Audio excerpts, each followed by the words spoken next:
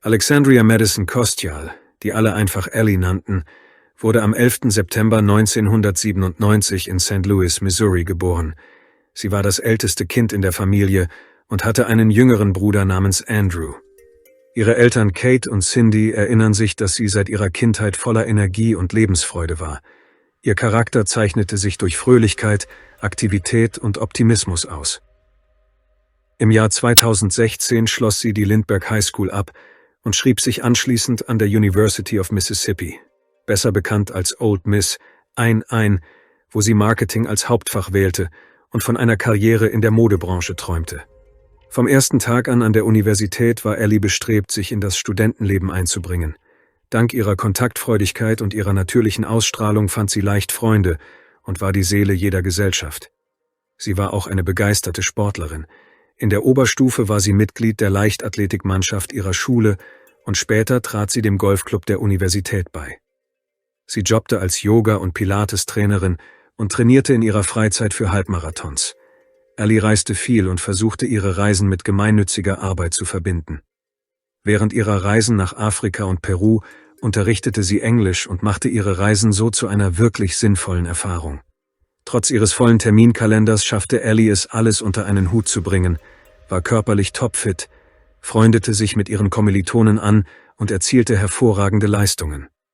Der Beginn ihres Studiums war für sie die erste echte Erfahrung von Freiheit und Unabhängigkeit, in die sie schnell hineinwuchs und in der sie sich wohlfühlte. Aber trotz allem hatte sie das Gefühl, dass etwas fehlte. Sie hoffte, an der Universität jemanden Besonderes zu finden, mit dem sie eine Beziehung aufbauen konnte. Im ersten Studienjahr schien es, als hätte sie diesen Menschen gefunden. Sie lernte Brandon Tisfield kennen, einen gleichaltrigen Kommilitonen. Er war charmant, gebildet und sah immer tadellos aus. Brandon stammte aus einer wohlhabenden Familie aus einem Vorort von Dallas, Texas. Sein Vater, Daniel Robert Tisfield, besaß eine erfolgreiche private Arztpraxis. Trotz ihrer gegenseitigen Zuneigung wurden sie nie ein richtiges Paar. Die Beziehung war instabil.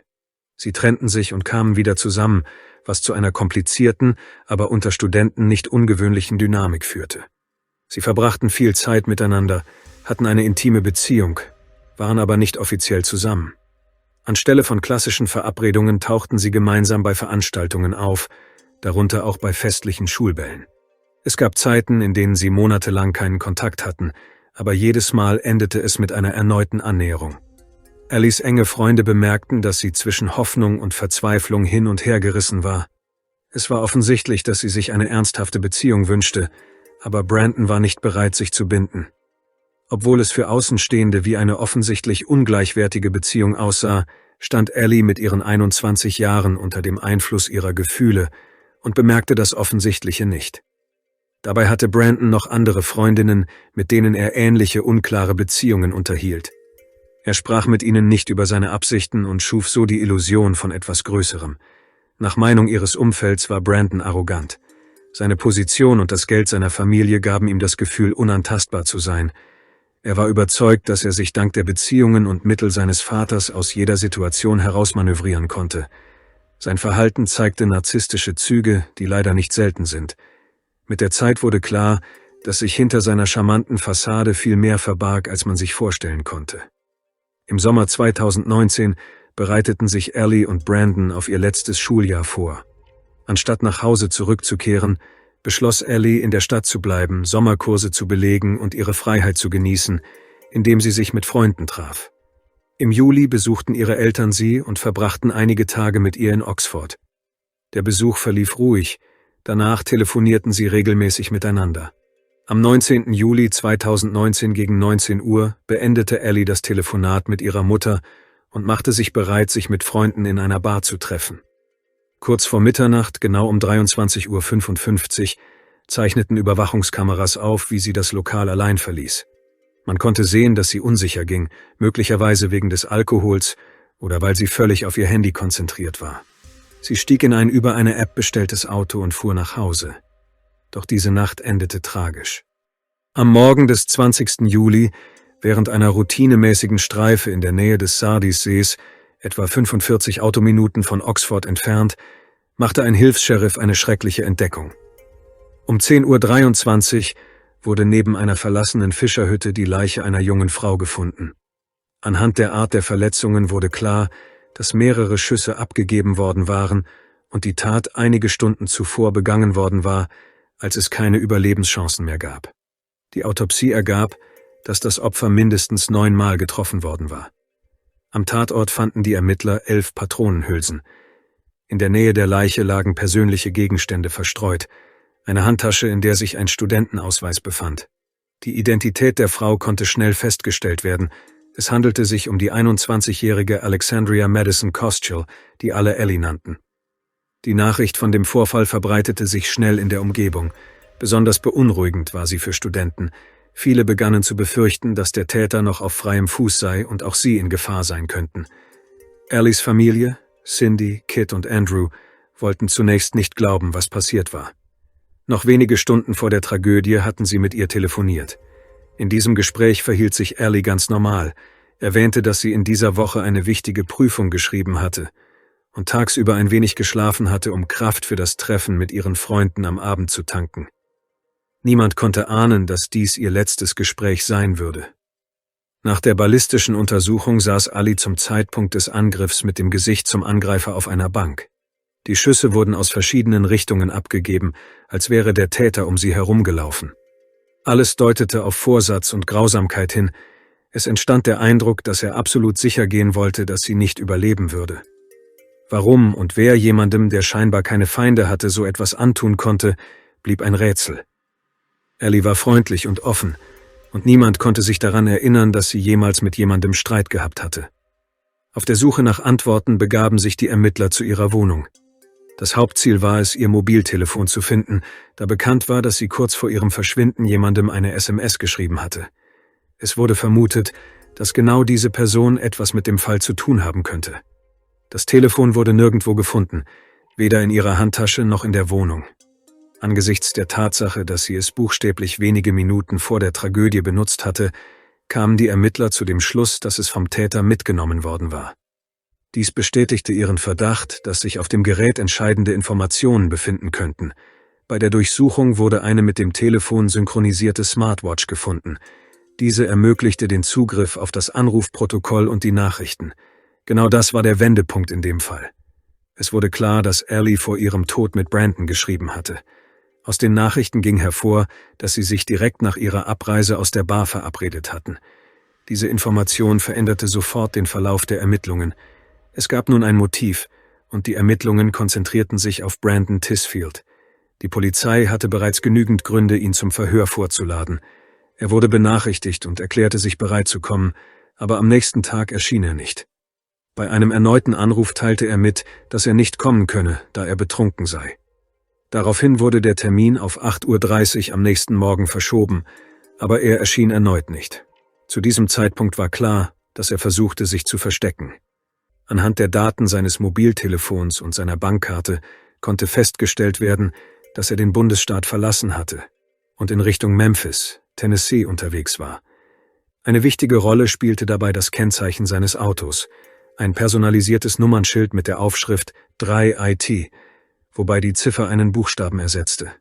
Dank dieses Details konnte die Polizei seinen Aufenthaltsort schnell ermitteln. Brandon wurde an einer Tankstelle festgenommen. In seinem Auto wurde eine Waffe gefunden, die genau mit der übereinstimmte, die bei dem Angriff auf Ellie verwendet worden war. Der überzeugendste Beweis war jedoch der Blutfleck auf seinem Hemd. Eine Untersuchung bestätigte, dass es sich um Ellies Blut handelte. Am 23. Juli 2019 wurde Brandon offiziell wegen Mordes 1. Grades angeklagt. Seine Verhaftung war ein entscheidender Moment in den Ermittlungen. Endlich gab es unwiderlegbare Beweise für seine Beteiligung an der Tragödie. 2 Tage nach der Entdeckung der Leiche fand eine Trauerfeier zum Gedenken an Ellie statt. Hunderte von Menschen, Studenten der Universität und Einwohner von Oxford kamen zusammen. Dies war ein deutlicher Ausdruck der öffentlichen Trauer und Solidarität. Am 27. Juli fand die Beerdigung statt, ein weiterer schwerer Moment für alle, die sie kannten und liebten. Ellies Tod erschütterte die örtliche Gemeinde. Es war schwer zu glauben, dass ein Mensch, den sie kannte, eine so grausame Tat begangen hatte. Einige Monate vor der Tragödie hatten Ellie und Brandon einen Briefwechsel geführt, in dem mögliche Motive zu erkennen waren. Am 12. April 2019 teilte Ellie mit, dass sie vermutete, schwanger zu sein. Sie schickte ein Foto des Tests, auf dem ein kaum erkennbarer zweiter Strich zu sehen war, möglicherweise ein positives Ergebnis.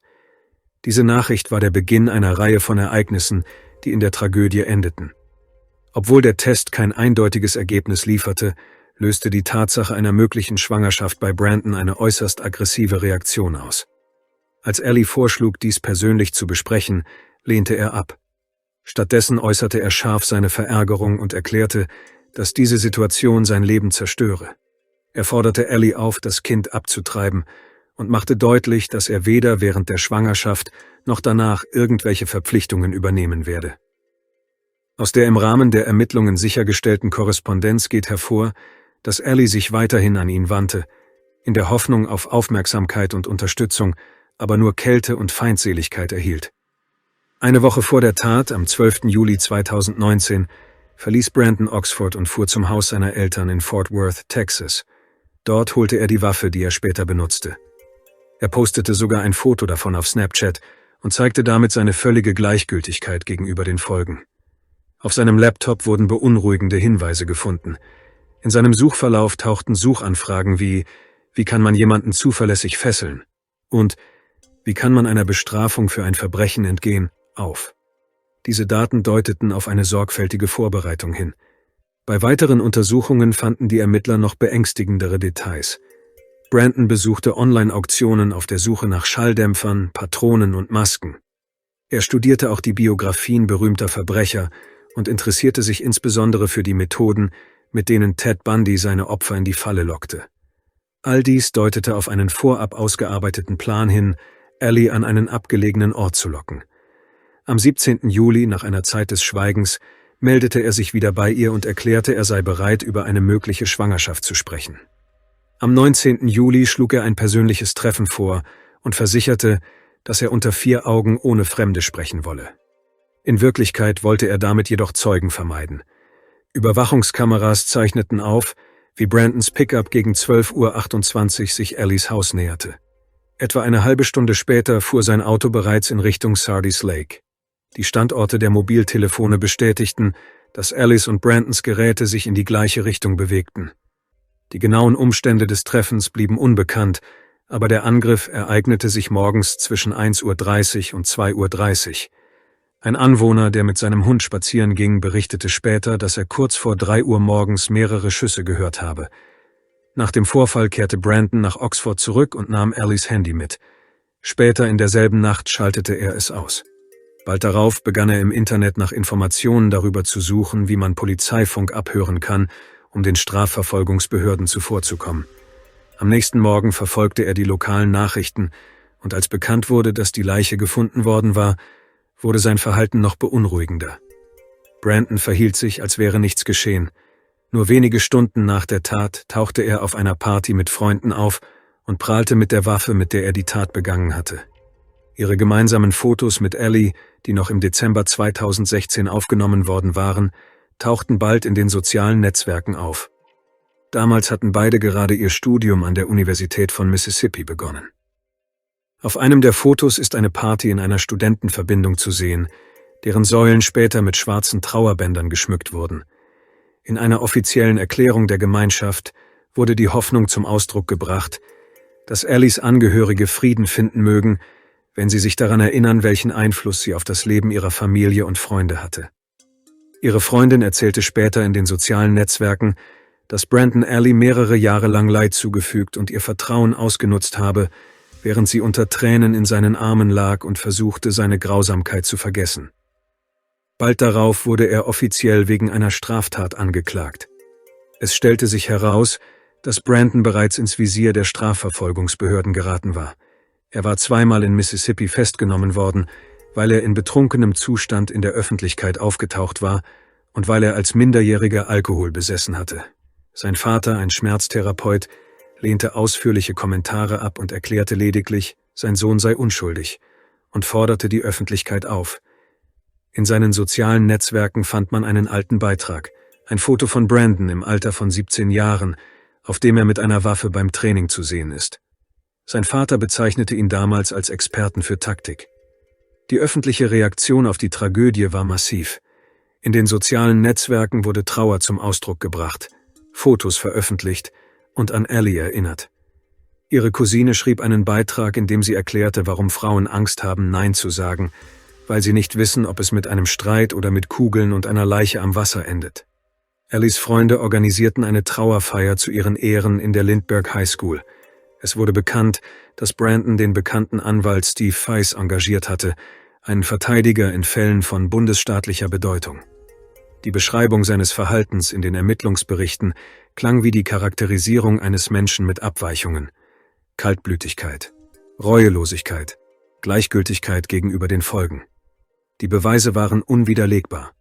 Die am Tatort gefundenen Patronenhülsen stimmten mit seiner Waffe überein, die Korrespondenz mit Ellie ergab eine genaue Chronologie und die Blutuntersuchung an seiner Kleidung bestätigte, dass das Blut vom Opfer stammte. Bei der Durchsuchung von Brandons Zimmer wurde ein Brief gefunden. Obwohl er kein direktes Geständnis enthielt, deutete der Inhalt auf einen inneren Konflikt hin. Er schrieb über seine Sucht, seine düsteren Gedanken nach dem Konsum von Alkohol und verbotenen Substanzen. Ein Satz machte die Ermittler besonders stutzig. Er vermutete, dass alles entweder mit dem Tod oder im Gefängnis enden würde. Die Staatsanwaltschaft wertete dies als Hinweis auf einen gut durchdachten Plan mit der möglichen Absicht, zuerst Ellie zu töten und dann sich das Leben zu nehmen. Dies geschah jedoch nicht. Er versuchte zu fliehen. Später wurde bekannt, dass Ellie zum Zeitpunkt ihres Todes nicht schwanger war. Dies führte in ihrem Umfeld zu der Vermutung, dass sie möglicherweise doch schwanger war und die Schwangerschaft durch Stress oder andere Gründe abgebrochen wurde. Für diese Version sprach eine Nachricht, in der Ellie Brandon ein Foto ihres Bauches schickte und bemerkte, dass er nicht mehr so flach sei, was darauf hindeutete, dass es bald schwieriger werden würde, ihn zu verstecken. Ihre Weigerung, die Schwangerschaft abzubrechen, könnte ein Auslöser gewesen sein, der die Spannungen zwischen ihnen verschärfte. Brandon hingegen glaubte laut der Ermittlungen ihren Worten nicht. Es ist nicht auszuschließen, dass genau dieses Foto der letzte Tropfen war. Bei der ersten Gerichtsverhandlung versuchte die Verteidigung eine Freilassung gegen Kaution zu erreichen, aber angesichts seines Fluchtversuchs waren die Chancen gering. Dann änderte sich die Taktik. Die Verteidigung forderte ein psychiatrisches Gutachten, um zu beweisen, dass er zum Zeitpunkt der Tat nicht zurechnungsfähig war. Die Ergebnisse zeigten, dass er voll zurechnungsfähig war. Am 30. August fand eine weitere Verhandlung statt, in der die Staatsanwaltschaft die Höchststrafe forderte. Die Staatsanwaltschaft klagte Brandon wegen besonders schwerer Straftaten mit erschwerenden Umständen an, die die Höchststrafe vorsehen. Um dies zu erreichen, musste die Staatsanwaltschaft 2 Straftaten nachweisen. In diesem Fall handelte es sich um Entführung und vorsätzliche Tötung. Trotz der zahlreichen Beweise beharrte Brandon weiterhin auf seiner Unschuld. Der Prozess wurde wegen der Pandemie um fast 2 Jahre verschoben. Im August 2021 änderte Brandon seine Aussage und bekannte sich schuldig. Dies war Teil einer Vereinbarung mit der Staatsanwaltschaft, durch die er der Todesstrafe entging, die ihm während der gesamten Ermittlungen drohte. Stattdessen wurde er des Verbrechens 1. Grades für schuldig befunden. Dieser Ausgang kam der Staatsanwaltschaft entgegen, da es schwierig gewesen wäre, die Entführung als eigenständigen Tatbestand zu beweisen. Für die Menschen in seinem Umfeld war die Nachricht, dass Brandon in den Fall verwickelt war, ein echter Schock. Einer seiner ehemaligen Kommilitonen, der 1 Jahr lang mit ihm im selben Wohnheim gelebt hatte, berichtete, dass Brandon ständig von seinem Vater und dessen Geld gesprochen habe und überzeugt gewesen sei, dass er dank der Beziehungen seines Vaters aus jeder Situation herauskommen könne. Bei der Gerichtsverhandlung versuchte Brandon Reue zu zeigen, doch viele empfanden dies als unaufrichtigen Versuch, eine mildere Strafe zu erreichen. Einige waren der Meinung, dass seine Reue nicht damit zu tun hatte, dass er Ellie das Leben genommen hatte, sondern damit, dass er sein eigenes Leben ruiniert hatte. Er wandte sich an Ellies Angehörige, entschuldigte sich für den Schmerz, den er ihnen zugefügt hatte, und bat um Vergebung. Er räumte ein, dass er sowohl das Leben seiner Familie als auch sein eigenes Leben unwiderruflich verändert hatte. Er behauptete, er habe Gott um Vergebung gebeten und hoffe, dass er eines Tages auch von den Menschen Vergebung erhalten werde. Bei der Verhandlung waren beide Familien anwesend, die Kostials und die Tietzwalds. Ellies Mutter hielt eine Erklärung ab, in der sie ihren Emotionen freien Lauf ließ. Sie bezeichnete Brandon als grausam, gefühllos, manipulativ und gefährlich. Sie drückte ihr tiefes Bedauern darüber aus, dass sie ihre Tochter nicht beschützen konnte und erklärte entschieden, dass er es verdiene, den Rest seines Lebens im Gefängnis zu verbringen. Ihre Worte waren voller Schmerz und Wut, aber auch voller Hoffnung, dass er jeden Tag an seine Tat denken werde. Das Gericht verurteilte Brandon zu lebenslanger Haft ohne Möglichkeit auf vorzeitige Entlassung. Derzeit verbüßt er seine Strafe in einer Strafanstalt im Bundesstaat Mississippi, bekannt als Parchman Prison. Trotz seines Geständnisses behauptete er weiterhin, dass die Tat nicht vorsätzlich geplant gewesen sei und erklärte seine Handlungen mit dem Einfluss von Alkohol und verbotenen Substanzen. Die Akten, darunter auch seine Internetsuchanfragen, widerlegten diese Version jedoch eindeutig. Der Tod von Ellie Kostial ist ein unersetzlicher Verlust, der schwer zu begreifen ist. Ihre Geschichte erinnert jedoch daran, wie wichtig es ist, Warnsignale in Beziehungen rechtzeitig zu erkennen. Im Laufe der Ermittlungen kamen wirklich schreckliche Details über Brandons Verhalten ans Licht, und seine Verurteilung war zwar hart, aber ein wichtiger Schritt in Richtung Gerechtigkeit. Obwohl Ellies Leben im Alter von 21 Jahren endete, lebt ihre Erinnerung weiter. Die Geschichte der Frau hat viele dazu inspiriert, offen zu sprechen, diejenigen zu verteidigen, die in Stille leiden, und zu handeln. Die Welt ist voller Gefahren. Manchmal wird das Böse erst zu spät erkennbar. Deshalb ist es so wichtig, aufmerksam zu sein, auf seine Intuition zu hören und Hilfe anzubieten, wenn jemand in Gefahr sein könnte. Ellies Geschichte ist ein Aufruf zu handeln und diejenigen zu schützen, die wir lieben. Danke fürs Zuschauen und passen Sie auf sich auf.